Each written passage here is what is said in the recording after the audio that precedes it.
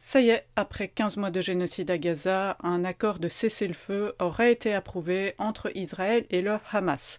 Cependant, on utilise le conditionnel vu que, comme à son habitude, Netanyahou tente de faire capoter l'accord en rejetant la faute sur le Hamas. On verra donc si le cessez-le-feu annoncé entrera en vigueur ou non dimanche prochain, mais une chose est sûre, d'ici là, les Palestiniens et les Palestiniennes de Gaza sont encore loin d'être à l'abri des massacres israéliens. C'est même d'ailleurs tout le contraire, comme nous l'explique notre contact sur place, Eyad Hamawi. Eyad est ingénieur et il travaille dans l'organisation des associations humanitaires à Der al-Bala, dans le centre de Gaza. Son constat est d'ailleurs sans appel, alors que nous nous réjouissons du cessez-le-feu qui n'est pas encore entré en application. De son côté, Israël est en train d'intensifier ses bombardements sur toute la bande de Gaza.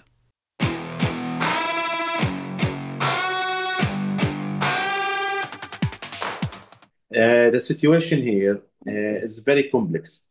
And we have really, from the moment of annunciation for the achieving the ceasefire from the Qatar, until this moment I talk to you, the Israeli intensifying targeting our peoples and still killing multiple of civilians.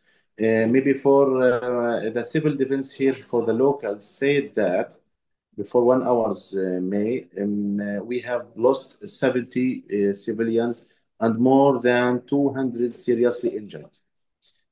So you can imagine the Israeli until this moment, they still intensifying. So the situation is very Sorry, ceasefire will implement. so you could you repeat your sentence because there was a technical problem? Yeah. So our people uh, hold on the hope that ceasefire will implemented at the next Sunday, as the political parties announced that yesterday night. They gave the final appointments that the ceasefire will really implemented at the next Sunday, as they said. So the people here hold on the hope that annunciation will really be over implemented over reality here, over the ground. So we hope that, even though what happened from the last hours until the Sunday, we expected that the Israeli will still killing the peoples here and shooting all of everything remains in the Gaza, because in our thoughts and in our thinking that the Israeli have to continue their genocide. Because here, when really, my friend, when I see the children here amputated and with explosive injuries, with some babies lost from their parents under the rubble, we understand them very well. So the free people, really, we appreciated the coverage and the interest about reflecting the reality from here. And all of the world understand very well the commitment and the Israeli side, what they really need. It's not hidden.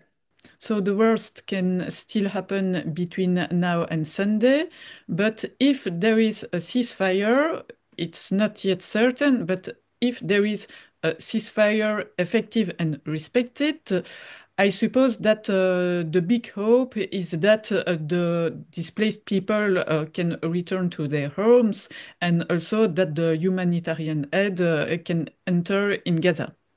Really nice questions and very impressive.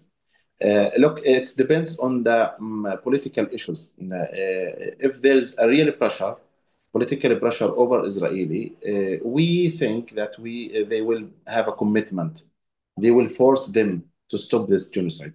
In all of the previous agreements here happened in the Gaza Strip, the last previous wars and the conflicts that still continue with the Israeli occupation. We believe that after the annunciation, with some periods, there will have a full commitment. You know, our people here needs to stop, and may our the Israeli people is there. They need their hostages and to stop the war because the Netanyahu needs to continue just without any real reasons what the aims he need to achieve here. So it depends on the political pressure, but we think that we will achieve the final step from this genocide and machine of killing here to stop it. But you know, the final moments we call it, we must have a chance because our resilience here and our land and our Gaza depends on our long breath, you know. So we will not give up. We will stand here and also with the free people support and we hope that all of the media channels and the free people journalists still covering what happened here really because when I talk to you now I hearing a huge bomb fall on the north of the Deir al-Balah. So it's very impressive that we will continue our coverage and continue to speak about what really happened here. Next Sunday, there will be a national demonstration here in Brussels, probably elsewhere in Europe, because clearly we cannot be satisfied with this temporary ceasefire. We need more on the table. Yeah. Firstly, my heart is very happy to hear from you that free people like you and your people in Belgium, French, and all of the Europe still announce and still have a march supporting Gaza and calling for free Gaza and stop the genocide. Really, my dear friends, when we see these marches from the beginning of the war until now, we appreciated it. You and your people stay in our hearts. Really, we appreciated your shed of tears and your crying. I'll give you some examples from my friends out in the Europe and London and a lot of countries. They announced that their marches will continue to support Palestine, the free people.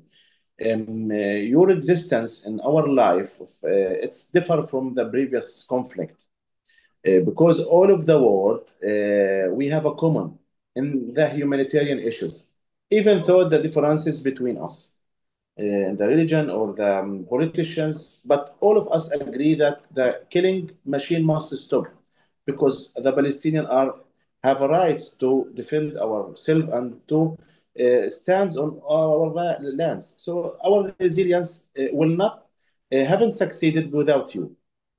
So I call and talk to your free people that will go to the march. Please go ahead. You are free people. You are exist in our soul and in our hearts. Your tears is achieve us really. Your feelings, your support. The last night I see all of the my friends and all the supporter free people out of the Gaza. They mentioned congratulations for the Gazans. Your resilience and resistance and your stance really achieve our hearts. Comme vous le savez, les voix palestiniennes sont presque absentes des grands médias. Avec un témoignage comme celui d'Eyad, on tente de faire contrepoids. Alors n'hésitez pas à partager un maximum sa vidéo et si vous le pouvez, soutenez-nous en cliquant sur le lien dans la bio ou dans la description de cette vidéo.